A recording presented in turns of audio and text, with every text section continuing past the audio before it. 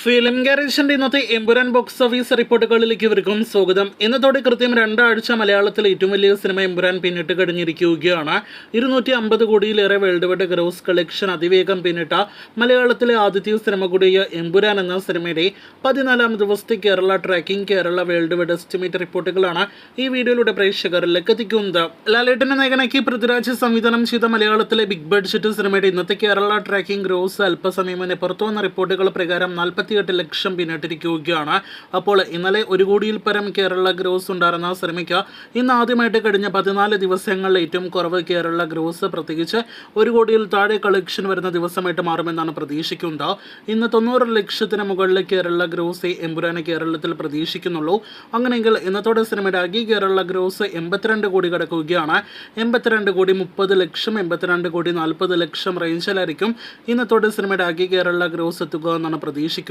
ഒരു മലയാളം സിനിമയുടെ ഏറ്റവും ഉയർന്ന റെക്കോർഡ് കേരള ഷെയർ പിന്നിട്ട സിനിമ കൂടിയാണ് എമ്പുരാൻ. 36 കോടി കടന്ന് 37 കോടിയിലേക്ക് സിനിമയുടെ കേരള ഷെയർ അടുത്തുകൊണ്ടിരിക്കുന്നു. അതേസമയം ചിത്രത്തിന്റെ വേൾഡ് വൈഡ് എസ്റ്റിമേറ്റിലേക്ക് വരികയാണെങ്കിൽ കഴിഞ്ഞ 2 ദിവസത്തെ കൃത്യമായ വേൾഡ് വൈഡ് ഫിഗേഴ്സ് ഇനിയും പുറത്തു വന്നിട്ടില്ല. ഇന്നത്തോടെ 14 ദിവസങ്ങൾ കൊണ്ട് എമ്പുരാന്റെ ഗ്ലോബൽ ബോക്സ് ഓഫീസ് കളക്ഷൻ 158 കോടി 160 കോടി റേഞ്ചിൽ എത്തിയിട്ടുണ്ടാകുമെന്നാണ് പ്രതീക്ഷിക്കുന്നത്.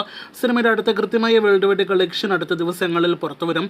ഇനി സിനിമയുടെ ബിസിനസ് ഉൾപ്പെടെയുള്ള ആകെ കളക്ഷനിലേക്ക് വരികയാണെങ്കിൽ ഇനിയും എമ്പുരാന്റെ പൂർണ്ണമായ ബിസിനസ് ക്ലോസ് ആയിട്ടില്ല എന്ന് പ്രത്യേകം അറിയിച്ചു കൊള്ളട്ടെ. തിയേറ്ററുകളിലേക്ക് എത്തുന്നതിന് മുന്നേ തന്നെ ഗുഡ്വില്ലിലേക്ക് സിനിമയുടെ ഓഡിയോ റൈറ്റ്സ് നിശ്ചിത തുകയ്ക്ക് വിറ്റഴിച്ചിരുന്നു. ഒപ്പം തന്നെ സിനിമയുടെ വിദേശ രാജ്യത്തേക്കുള്ള തിയേറ്റർ റൈറ്റ്സ് 30 കോടി രൂപയ്ക്ക് വിറ്റഴിച്ചിരുന്നു. സിനിമ തിയേറ്ററുകളിലേക്ക് എത്തിയതിനു ശേഷം സിനിമയുടെ സാറ്റലൈറ്റ് വിൽപ്പനയും നടന്നിട്ടുണ്ട്. എന്നാൽ OTT അവകാശങ്ങൾ ഇനിയും പൂർണ്ണമായും വിറ്റഴിച്ചിട്ടില്ല, സൈൻ ചെയ്തിട്ടില്ല എന്നാണ് നമുക്ക് ലഭ്യമായ റിപ്പോർട്ടുകൾ. അപ്പോൾ OTT വിൽപ്പന കൂടാതെ സിനിമയുടെ പേരിൽ ഇതുവരെ നടന്ന സകല ബിസിനസ്സിലൂടെ ഒപ്പം തന്നെ തിയേറ്റർ കളക്ഷനിലൂടെ സിനിമയുടെ ആകെ വേൾഡ് വൈഡ് ഗ്രോസ് ഇപ്പോഴത്തെ 300 കോടി കടന്നിരിക്കുന്നു എന്നാണ് പ്രേക്ഷകരെ അറിയിക്കാനായിട്ടുള്ളത്. അപ്പോൾ 100 കോടിയിൽ പരം ബഡ്ജറ്റിൽ തിയേറ്ററുകളിലേക്ക് എത്തിയ ആദ്യ മലയാളം സിനിമ തന്നെ വലിയ സാമ്പത്തിക ലാഭം സകല ബിസിനസ്സിലൂടെയും നേടിയെടുത്തിരിക്കുന്നു, തിയേറ്റർ കളക്ഷനിലൂടെയും നേടിയെടുത്തിരിക്കുന്നു. കാത്തിരിക്കൂ അടുത്ത എമ്പുരാൻ കളക്ഷനായിട്ട്.